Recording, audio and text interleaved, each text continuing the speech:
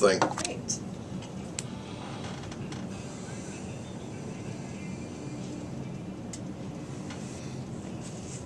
Guess what? It's the weekend. You've made it through another week. Congratulations. How cool is that? Do we have some applause for them? Do we have some applause for them? We have some applause for you, don't we?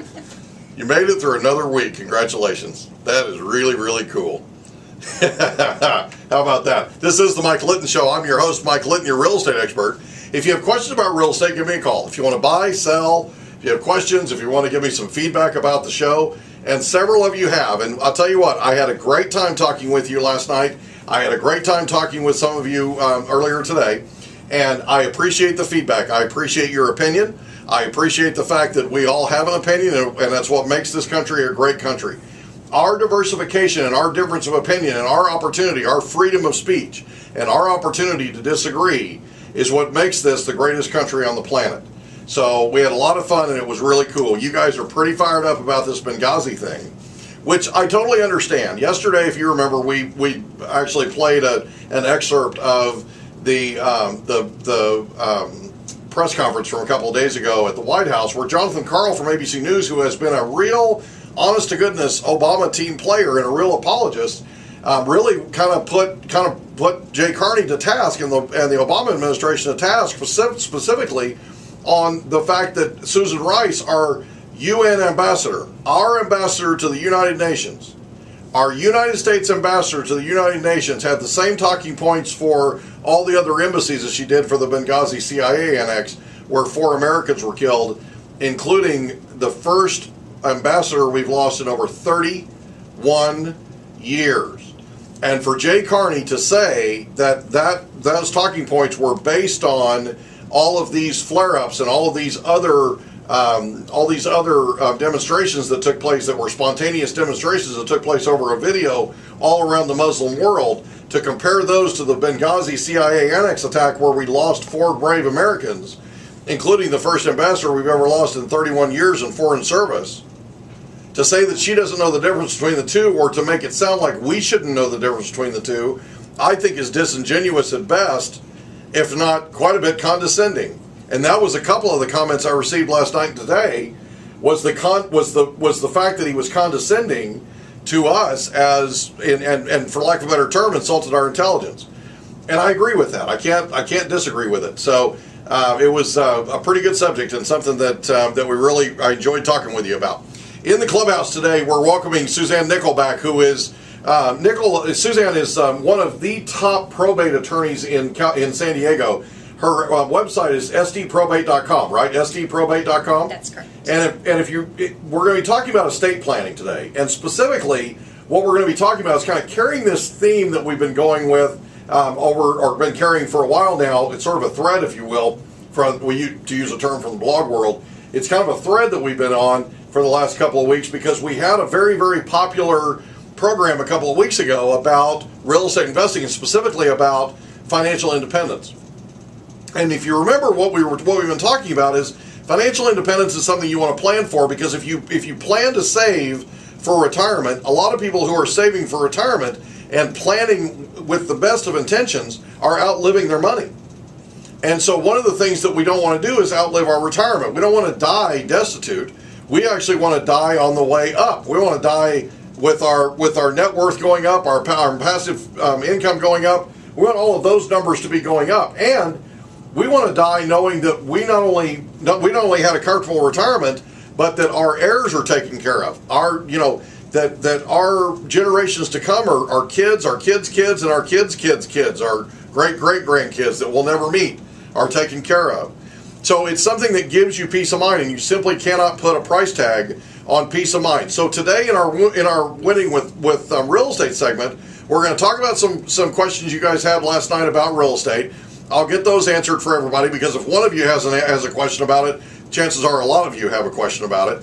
And we'll also talk about NACA. We'll talk about loan modifications. We'll talk about a number of different things as it relates to real estate investing. And then in our Winning with Wealth segment, we'll bring Suzanne in to talk about specifically how you can win with wealth, and how you can set your estate up to where your capital gain dies with you, which I've found is very, very important to a lot of you. A lot of you have gotten back to me because I've said several times in the last couple of weeks that if you set your estate up right or structure it correctly, you can in fact set it up to where your capital gain dies with you. Well, now all of you want to know how to do that, and that's what Suzanne's here to tell us about. So in our third segment, winning with real estate, or winning with wealth, we'll be talking about that. And then our fourth segment, which is building a better community, we're going to talk about Habitat for Humanity. We're going to talk about our project that we're doing next week at the SQ Humane Society, and we'll also talk about a really, really cool project that that Suzanne's involved in that will help you as a senior or helps seniors with regard to Medicare and that kind of thing. So it's going to be a great show,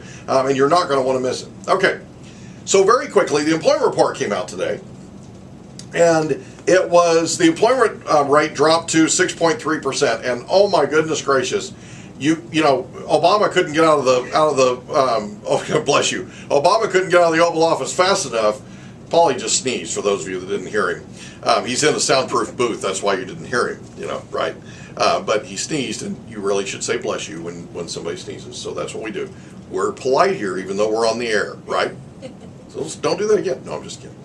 So anyway, so the Obama could not get out of the Oval Office and get out into the Rose Garden fast enough to spike the football about the 6.3% unemployment rate. Here's the deal: 806,000 Americans, 806,000 Americans dropped off of the search for looking for a job last month. 806,000 Americans just basically said, whoop, we're done. Threw their hands up, they're done, they quit. So they quit even looking for a job. The real unemployment rate, the U6, that the Bureau of Labor Statistics comes out with every month, and they did again this month in this report, believe it or not, they do it every month, and so therefore it was in this report too. 12.3% is the real unemployment rate. And the vast majority of the jobs that have been added since the Great Recession have been jobs that are in the lower 20 percentile of pay. They're part-time jobs, they're service worker jobs where they're working in like fast food restaurants and that type of thing. They're not high quality jobs. They're not manufacturing jobs. They're not. And there were 288,000 total jobs, non-farm payrolls added last month. 12,000 of them were manufacturing. Okay, I don't know. I thought that would be a really good punchline. I thought you'd laugh at that. 12,000 of the 288,000 are manufacturing. Here's the deal: 280,000 should have been manufacturing. You with me? The rest of them are all like service sector jobs and low-paying jobs and jobs that really don't have a future and jobs that don't help our middle class to grow. So our middle class is shrinking, and everybody wants to know why. I got news for you. I know why. I can tell you why. And it has nothing to do with anything the Obama administration has done, unfortunately, to try and help the middle class. All they do is give this stuff a bunch of lip service and don't do anything in terms of action. So the real unemployment rate is actually 12.3%, and our labor participation rate, you ready for this, is worse than it was in the Carter administration. Wow. We've now gone past, and I didn't even know this was possible. I didn't even know you could do worse than the Carter administration, but we've done it. We've done it. George Will on Sunday called it perverse. What did he call it? He called it something perverse achievement. That's what he called it. He called it perverse achievement. That's what he called the Obama administration's record on the economy. Interesting, huh? Mm-hmm. Yeah, it was really bad. It was really bad. And you know, and then all this stuff in the Ukraine. Okay, so now there's fighting going on in the Ukraine. Now the Ukrainian army has decided that they are going to bow up on these Russian militants who have been, or pro-Russian militants who have been deposited and dropped in there by Vladimir Putin, and I'll bet you are on his frickin' payroll. And all of a sudden they're now rebuffing them and they're getting rid of them and they're pushing them back out, and now Putin's going to use this for a reason to invade the Ukraine. And we're telling him, no.